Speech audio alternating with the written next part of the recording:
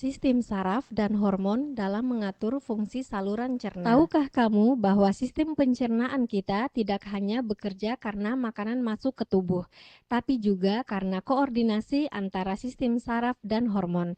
Sistem saraf pencernaan terdiri dari dua jaringan utama, plexus Auerbach yang terletak di antara lapisan otot dan plexus Meissner yang berada lebih dalam dekat lumen saluran cerna. Kedua plexus ini membentuk sistem saraf enterik, sering disebut sebagai otak kedua di dalam perut karena mereka bisa bekerja mandiri bahkan tanpa campur tangan otak pusat. Serabut parasimpatis dari saraf vagus mengaktifkan plexus ini, sedangkan serabut simpatik bisa menghambat kerja neurotransmitter seperti asetilkolin. Neuron-neuron di dalam sistem enterik ini melepaskan berbagai zat penting seperti asetilkolin, noradrenalin, serotonin, nitrit oksida, hingga peptida lainnya, yang semua berperan dalam mengatur gerakan, sekresi, dan respons sensorik di saluran cerna. Lalu bagaimana dengan kontrol hormon? Saluran pencernaan menghasilkan hormon melalui dua cara. Yang pertama melalui endokrin, di mana hormon seperti gastrin dan kolekistokinin dilepaskan ke dalam darah dan bekerja secara sistemik. Yang kedua parakrin, seperti histamin yang bekerja secara lokal pada sel-sel tetangga. Beberapa hormon ini juga bertindak ganda sebagai neurotransmitter. Sekresi asam lambung.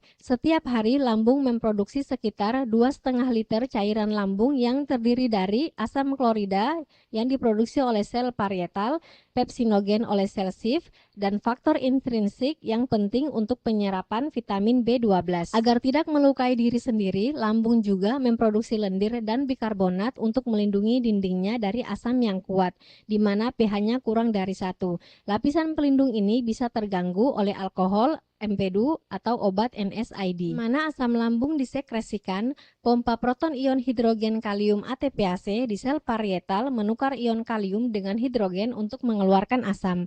Proses ini dikendalikan oleh histamin dari sel enterokromafin meningkatkan siklik adenosin monofosfat, dan gastrin dari sel G yang meningkatkan kalsium, dan asetilkolin dari sistem saraf yang juga meningkatkan kalsium. Sementara itu ada juga penghambat alami yaitu prostaglandin E2 dan I2 yang melindungi mukosa, dan juga somatostatin yang menghambat pelepasan gastrin, histamin, dan asam. Koordinasi kompleks ini disebut sumbu gastrin, enterokromafin sel, dan sel parietal, dan menjadi target utama dalam terapi berbagai penyakit lambung seperti tukak lambung atau ulcus pepticum, GERD, gastroesophageal reflux disease, dan cedera lambung akibat obat antiinflamasi atau NSAID. Jadi, sekresi asam lambung bukan sekedar reaksi terhadap makanan, tapi hasil dari interaksi rumit antara saraf, hormon, dan lingkungan saluran cerna.